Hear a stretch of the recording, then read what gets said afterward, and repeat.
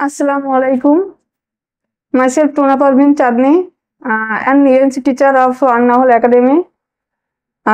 Today I am joined here and I completed my graduation from Joshua University of Science and Technology, Department of Accounting and Information Systems. I also completed my post-graduation from Khulna University in finance, and Alhamdulillah, I am proud to be a part of Annahol Academy because আমি মনে প্রাণে বিশ্বাস করি আন্নাহল academy শুধু স্টুডেন্টদের অনেক কিছু শেখাবে এটা না। অবশ্যই স্টুডেন্টের জন্য এটা একটা বেস্ট প্রতিষ্ঠান খুলনাতে, কিন্তু অ্যাজ এ টিচার আমার অনেক কিছু শেখার আছে, আমি বিশ্বাস করি।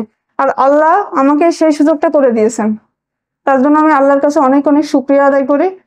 আর সব গার্ডিয়ান পক্ষকে আমি রিকোয়েস্ট করব যে আমাদের সাপোর্ট করবেন, আমাদের পাশে থাকবেন এবং উৎসাহ দিবেন যাতে আমরা সামনে এগিয়ে যেতে পারি। তাছাড়া আমরা এখানে স্টুডেন্টের জন্য বিভিন্ন ধরনের লাইফ স্কিল ক্লাবের সুবিধা দিচ্ছি, যেমন আমরা এখানে লিগ্যাল ক্লাব আছে, আমাদের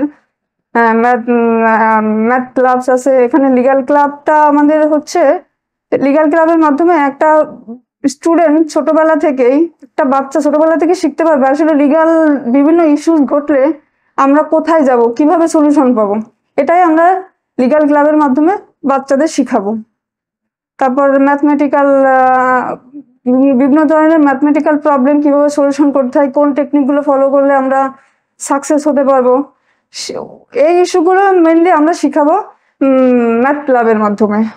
তাছাড়া আমরা banking club, research club, science club, different type of ক্লাবের সুবিধা আমরা দিব।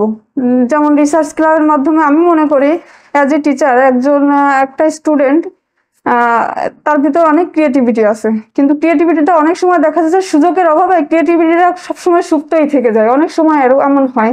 কিন্তু আমি অ্যাজ এ টিচার আন্নাহল একাডেমির পক্ষ থেকে আমরা চাই যে স্টুডেন্টদের ভিতর সুপ্ত প্রতিভাটা জাগ্রত করা। আমরা রিসার্চ ক্লাবের মাধ্যমে আমরা এই জিনিসটা করার চেষ্টা করবো সর্বোত্তম, এবং ডিবেটিং ক্লাব, সায়েন্স ক্লাবের মাধ্যমে আমরা স্টুডেন্টদের বিজ্ঞান মনা করে তুলবো এবং তাদের ক্রিয়েটিভিটি জাগ্রত করবো। Thank you. আসসালামু আলাইকুম।